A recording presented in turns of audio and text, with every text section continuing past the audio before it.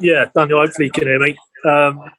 You took a lot of positives out of that game, but can we just start with their winner? What was your understanding? Because your players clearly thought they had a case for that to be chalked off. If I'm honest, I haven't watched the scene back because even if it was a mistake by VAR anyhow, it won't change the outcome. So for that, if it is a mistake anyhow, it would be even more annoying. I think it was a doubtful scene. Yeah, my captain Grant Henry reported that he won the ball, and then Saka played the ball with his arm, and for that he stopped for one moment to play because he thought a free kick was given. And out of this, then the game developed further on, and they had the finishing situations, and then I think there was a situation where VAR checked if it was offside or not, and then the outcome was that no offside was given. And for that,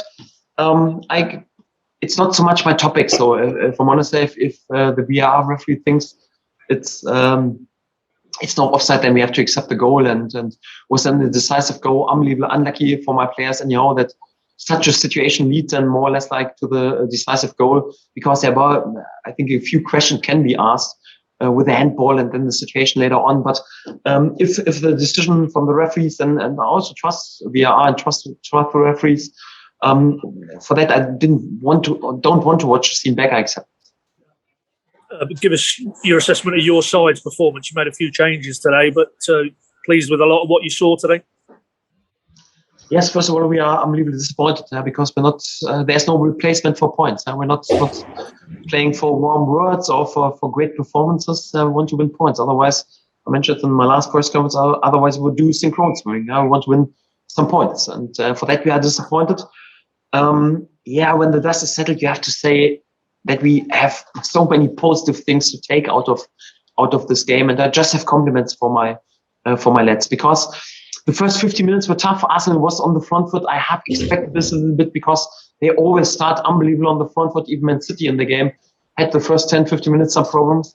And we had a few changes today in the starting lineup, but we fought our way into this game. And then I got the thing. So for minute 20, 25, we controlled this game, dominated this game, also with lots of possession, brought the ball and the game more or less into their half.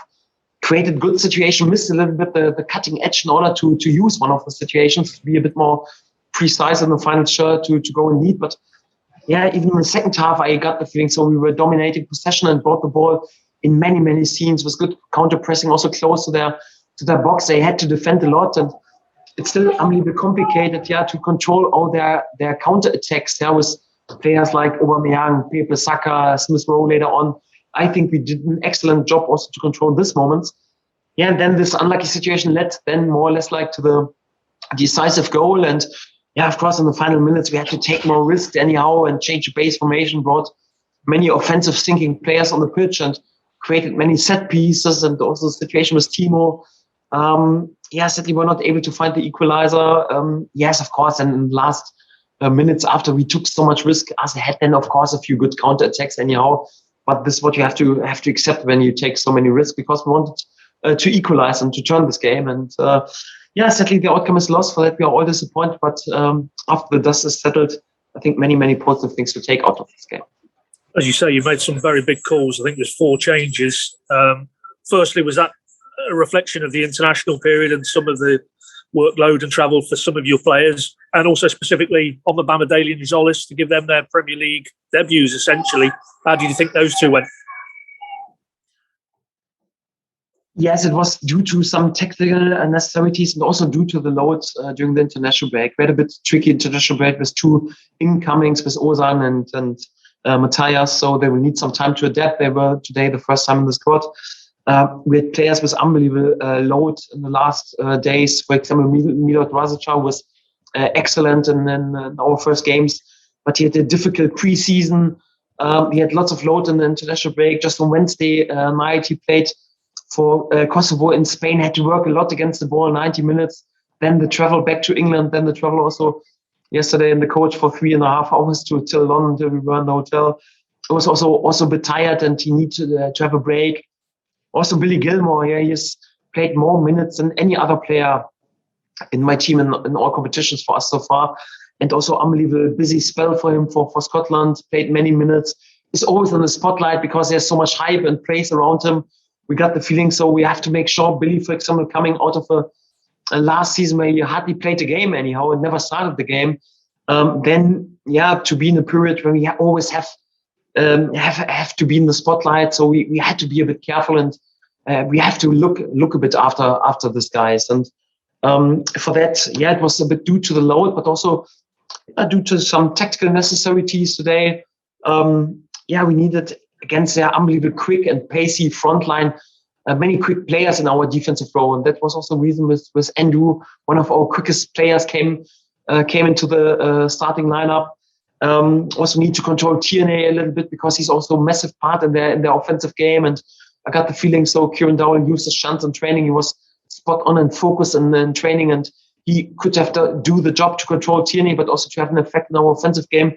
I think all our players who came in were really excellent, and many compliments also, especially to my young lads. We played today with a back four, Max Owens 21, Andrew Umumidele just 19, I think. Meanwhile, Bren Williams 20. So I want to see one other Premier League side there was such a young back four, but we have to do this. Now we are a self-funding club. We can't afford to buy proven Premier League players. We have to develop them, and for that, I just have compliments, especially also to Christos, to Andrew for their debut, but also for Brendan Williams. I think how he defended today, a player of the quality and the pace and the value of people, was outstanding in many situations. And just have praise, especially for my young lads, but even they are disappointed, because it's not so much about individuals, also not there in the situation. They want to win points as well, and for that, we are all a bit disappointed that we didn't grab our well-deserved reward today. Final one for me, Daniel. Just clarify, Josh Sargent, was that just a hamstring, not quite able to be in contention, but maybe nothing moving forward to worry about? Yes, first of all, it was of course tricky, because he had on Thursday morning the game, and arrived pretty late straight away with the flight, 11 hours flight from Honduras to Heathrow, then the travel back to Norwich without sleep. He was struggling with a bit of jet lag, but I would have taken him in this squad. But we re-scanned him yesterday, and there was a low-grade muscle injury in his hamstring. He missed the next day. So hopefully for the next game, he will be available, because he's already a key player also for us, and important for our group. And hopefully, after a few days, this injury is settled, and I hope that they have him available for the next game. But we have to wait how the week develops. Thanks, Daniel. Thanks for your time. Cheers. Cheers, Paddy. Michael Bailey, please. Hey, Daniel. Michael. Good. No idea if you can see me, but all good. Is it a sign of things to come that you're going to have to take each game and its own merits in terms of team selection, tactical setup, and basically you get one game out of the way and then it's almost a clean slate going into the following Premier League game? Well, it won't be that we have 11 changes between each and every game, because that wouldn't be healthy for a group. If you change too much, especially on central position, it's never easy. But yes, we have to be a bit more pragmatic and a bit more flexible than perhaps it was the task in last season on championship level, where we were dominating game after game and have 14 games unbeaten and 10 wins in a row. Let's be honest, if we are there with our best performance and our opponents are there with our best performance, there, the likes of Man City, Liverpool are on the top of their game, we will probably lose each and every game. Let's be honest.